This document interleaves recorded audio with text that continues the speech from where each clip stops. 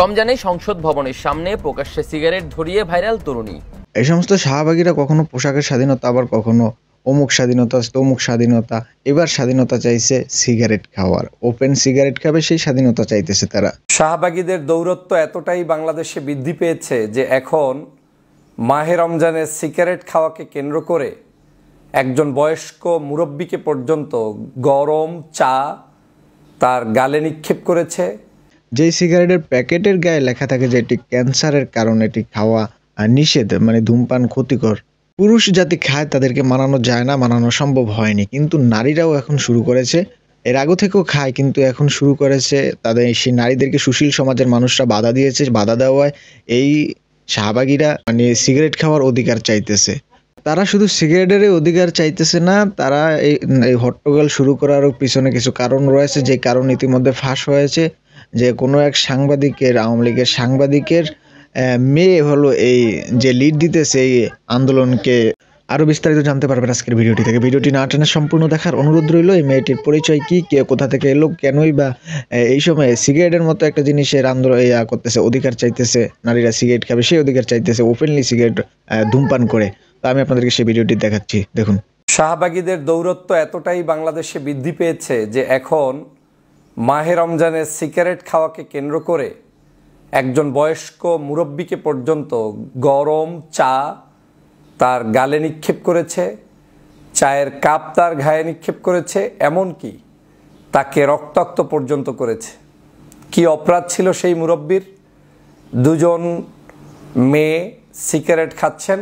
মুরব্বীর দোষ ছিল এটাই যে তিনি নামাজে যাচ্ছেন, বলেছেন যে মাহে রমজানে তোমরা এরকম প্রকাশ্যে এভাবে সিগারেট খাবে না, তোমরা যদি খাও ওই দিকে গিয়ে খাও তথা নির্জনে যাও।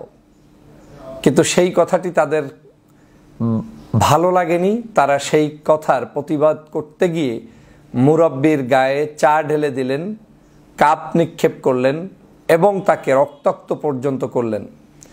যখন সেই মুরব্বীকে রক্তাক্ত করেছে, স্বভাবতই বাংলাদেশের সাধারণ নাগরিকরা বয়োজ্যেষ্ঠ এই মুরব্বীর পক্ষে এসে দাঁড়িয়েছেন এবং তার প্রতি উত্তরে সেই মেয়েদেরকেও তারা সেখানে কিছুটা লাঞ্ছিত করার চেষ্টা করেছে। মূল ঘটনাটা হচ্ছে এই বয়োজ্যেষ্ঠ মুরব্বীর উপরে যে আক্রমণ করেছে, তাকে যেভাবে রক্তাক্ত করেছে, সেই রক্তাক্তের কারণে মূলত সাধারণ নাগরিকরা প্রতিবাদ করেছে। সিগারেট খাওয়াকে কেন্দ্র করে প্রতিবাদ করেন নাই যে তুমি কেন বয়োজ্যেষ্ঠ মানুষের উপরে আক্রমণ চালালে। কিন্তু শাহবাগীরা সেটাকে প্রচার চালাচ্ছে।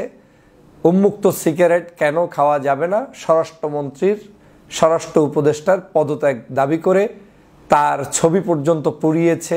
বিভিন্ন ধরনের আন্দোলন সংগ্রাম তারা চালিয়ে যাচ্ছে। দেখেন তিলকে তাল কিভাবে বানায়। একদিকে বয়োজ্যেষ্ঠ একজন মুরব্বীর শরীরের ভিতরে আপনি গরম চা ঢেলে দিচ্ছেন, চায়ের কাপ নিক্ষেপ করছেন এবং সেই চায়ের কাপ নিক্ষেপ করে আপনি তাকে আহত করছেন, রক্তাক্ত করছেন, তার উপরে আক্রমণ করছেন। সেটা আপনি না বলে আপনি এটাকে চালিয়ে দিচ্ছেন মুক্ত স্বাধীনতার নামে সিগারেট খাওয়া। স্বরাষ্ট্রমন্ত্রী সঠিক উত্তরটাই দিয়েছেন। তিনি বলেছেন যে বাংলাদেশে সিগারেট খাওয়া প্রকাশ্যে আইনত দণ্ডনীয় অপরাধ। এই অপরাধটা যাতে কেউ সামনাসামনি আর না করেন সে ব্যাপারে আপনাদেরকে সতর্ক থাকার জন্য তিনি আহ্বান জানিয়েছেন। বিশেষ করে মাহে রমজানের ক্ষেত্রেও তিনি বলেছেন যাতে করে রমজানের পবিত্রতা রক্ষা করে সবাই চলেন। সে বিষয়টা তো খারাপ বলেননি, কিন্তু শাহবাগীরা সেই বিষয়টাকে নাটক সাজিয়ে তারপরে তার পদত্যাগ দাবি করেছেন। আমি বুঝি না মুক্ত স্বাধীনতা মানি অর্থটা কি। মুক্ত বলতে কি এটাই যে আমি আমার ধর্মকর্ম তথা বিশেষ কোনো জায়গায় সেটাকে পালন করতে পারবো না? মাহে রমজানের পবিত্রতা রক্ষার্থে আপনি ভিন্ন আদর্শের, ভিন্ন মতের মানুষ হলেও আপনি কি সেটাকে রেসপেক্ট করবেন না? প্রথমত হচ্ছে আপনি কি সেটা করবেন কিনা, করছেন না, ভালো কথা। আপনি সেটাকে নিয়ে আপনি মানুষকে রক্তারক্তি পর্যন্ত কেন করলেন? আপনি কেন বয়োজ্যেষ্ঠ মানুষ যে নিষেধ করেছে তার কথার উপরে ভিত্তি করে তাকে আপনি উল্টো চায়ের কাপ নিক্ষেপ করে তার গায়ে আপনি আঘাত করলেন, তার উপরে গরম পানি ঢেলে দিলেন? বাংলাদেশে তো সবার আগে এই গরম পানি ঢেলে দেওয়ার অপরাধে বিচার হওয়া উচিত নয় কি? বাংলাদেশে তো সবার আগে এই একজন বয়োজ্যেষ্ঠ মানুষের গায়ে কারা হাত তুললো তাদেরকে গ্রেপ্তার করানো উচিত। গতকালকে তাদেরকে সেখান থেকে যখন মানুষজন তাদের উপরে চড়াও হচ্ছিল, তখন পুলিশ বরং তাদেরকে নিরাপত্তা হেফাজতে নিয়েছে, আর তারা বলছে যে তাদেরকে গ্রেপ্তার করা হচ্ছে। এই হচ্ছে বাংলাদেশ। এবং এই যারা এই কার্যক্রমগুলো চালায় প্রত্যেকের ছবি আমি অ্যানালাইজ করে দেখেছি, এ সবগুলো শেখ হাসিনার দোসর।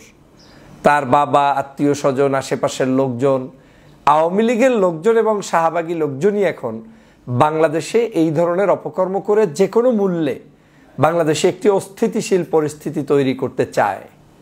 কথায় কথায় পদত্যাগ, কথায় কথায় আন্দোলন, কথায় কথায় মানুষের সাথে তিলকে তাল বানিয়ে প্রচার করা, একজন বয়োজ্যেষ্ঠর শরীরে আক্রমণ করা, এটা তো কোনো নীতি, নৈতিকতা, আদর্শের মধ্যে পড়তে পারে না। তাহলে কেন হচ্ছে এই ঘটনাগুলো? এই শাহবাগীরাই মূলত বাংলাদেশকে ধ্বংস করেছিল সেই 2013 সাল থেকে। আজও বিভিন্ন জায়গায় ছড়িয়ে ছিটিয়ে আছে শাহবাগের সেই প্রতাত্মারা। আপনি রাষ্ট্রীয় আইন অনুযায়ী আপনার বিরুদ্ধে তো কয়টা মামলা করার সুযোগ আছে? আপনি সিগারেট সবাই রাস্তাঘাটে খায়, সেটা আমি কখনোই বলছি না, কিন্তু আপনাকে ধরতে চাইলে আপনি অপরাধী। আপনি রাস্তাঘাটে খাচ্ছেন, মেয়ে মানুষ রমজানের সময় আপনি রাস্তায় বসে সিগারেট খাবেন, এটা আপনার আইনত দণ্ডনীয় অপরাধ। রমজান ছাড়াও অপরাধ, রমজানের সময় অপরাধ, এটার কোনো টাইম টুইম নেই। যদি সরকার চায় আপনাকে বিচার করতে পারবে। দ্বিতীয় আরেকটি অপরাধ হচ্ছে আপনি মুরব্বীর গায়ে হাত তুলেছেন, তাকে রক্তাক্ত করেছেন, তার গায়ে গরম পানি ঢেলেছেন, চায়ের কাপ নিক্ষেপ করেছেন। এটা আরো বড় অপরাধ, যেটা দিয়ে আপনাকে বড় ধরনের বিপদে, মামলায় ফালানো যায় এবং আইনগতভাবেই আপনি এটার জন্য বিচারের কাঠগড়ায় দাঁড়াতে হবেই হবে। কারণ এটা তো ছোটখাটো কোনো অফেন্স নয় যে আপনি একটা কিছু করে পার পেয়ে যাবেন। নো, সেই সুযোগ নেই। তাহলে এত বড় দুটি অপরাধ করার পরে তারা আবার মিছিল করে স্বরাষ্ট্রমন্ত্রী, স্বরাষ্ট্র উপদেষ্টার পদত্যাগ দাবি করে। স্বরাষ্ট্র উপদেষ্টার পদত্যাগ যদি আপনি দাবি করেন সেটা ভিন্ন, তার কোনো ব্যর্থতা থাকলে সেই জায়গায়, কিন্তু এই উসিলায় দাবি করার বিন্দুমাত্র অধিকার এই শাহবাগীর নাই।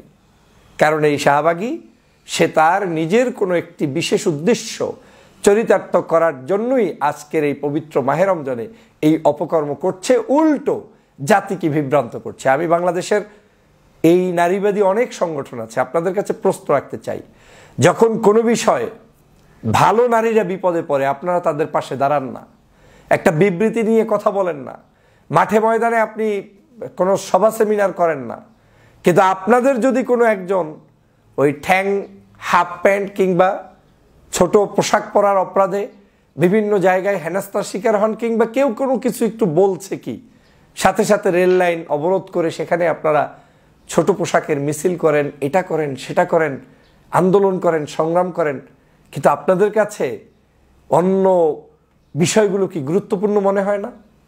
এই যে বৈষম্য আপনারা করেন, আপনারা দেখেছিলাম মরহুম সেই যে ডক্টর মইনুল ইসলাম, আমার ইত্তেফাক পত্রিকার সেই মালিক, আজকের সাবেক উপদেষ্টা আনোয়ার হোসেন মঞ্জু সাহেবের ভাই, একজন সজ্জন ব্যক্তিত্ব ছিলেন, মানুষের কাছে গ্রহণযোগ্য একজন ব্যক্তিত্ব ছিলেন। সেই ব্যক্তিকে নিয়ে যে পরিমাণ মিথ্যাচার করে তার বিরুদ্ধে আন্দোলন করেছিলেন, তারপরে তাকে জেল পর্যন্ত খাটিয়েছিলেন। কিন্তু আপনারা কিন্তু বাংলাদেশে আপনাদের যারা বিভিন্ন জায়গায় আপনাদের মাধ্যমে আক্রান্ত হচ্ছে তাদের ব্যাপারে আপনারা মাঠে নামেন না, প্রতিবাদ করেন না, তাদের পক্ষে দাঁড়ান না। আর যদি একটু ধার্মিক, ধর্মভিত্তিক কোনো চিন্তার মানুষ হয় তাহলে তো মোটেও দাঁড়ান না। মূল অর্থটাই দাঁড়াচ্ছে আপনারা শুধুমাত্র আওয়ামী লীগ এবং আওয়ামী দোসরদের পারপাস সাফ করার জন্যই এই সংগঠনগুলো প্রতিষ্ঠা করে মানুষের কাছে মিথ্যা বানোয়াট বিভ্রান্ত ছড়াচ্ছেন। আমরা ইতিমধ্যেই জানতে পেরেছি গতকালকের ঘটনাটি যারা ঘটিয়েছে তার মধ্যে একজন বোন, যার বাবা কে, তার সাথে শেখ হাসিনার ছবি কেন, তিনি কি করেন, কোন পত্রিকায় কাজ করেন, কিভাবে কি করছেন, সব কিছুর তথ্য জাতির কাছে এখন স্পষ্ট হয়ে গিয়েছে। অতএব এখান থেকে দেশবাসীকে ক্লিয়ার ধারণা পোষণ করতে হবে, হাসিনার সেই দুষ্ট লোকেরা এখনো কিন্তু বসে আছে রমজানের নামে, তাবলিগের নামে, বিভিন্ন নামে বেনামে মানুষকে যে কোনোভাবে কেওয়াজ সৃষ্টি করাই হচ্ছে তাদের মূল উদ্দেশ্য। সেই জায়গা থেকে আমাদের সবাইকে সতর্ক থাকতে হবে। সবাই ভালো থাকবেন, সুস্থ থাকবেন। আল্লাহ হাফেজ। সম্মানিত ভিউয়ার্স, আপনাদের মূল্যবান মতামতটি অবশ্যই কমেন্ট বক্সে ব্যক্ত করবেন। আজকের এই ভিডিওটি এ পর্যন্ত। ভিডিওটি দেখার জন্য অসংখ্য ধন্যবাদ। ভালো থাকুন, সুস্থ থাকুন। আসসালামু আলাইকুম।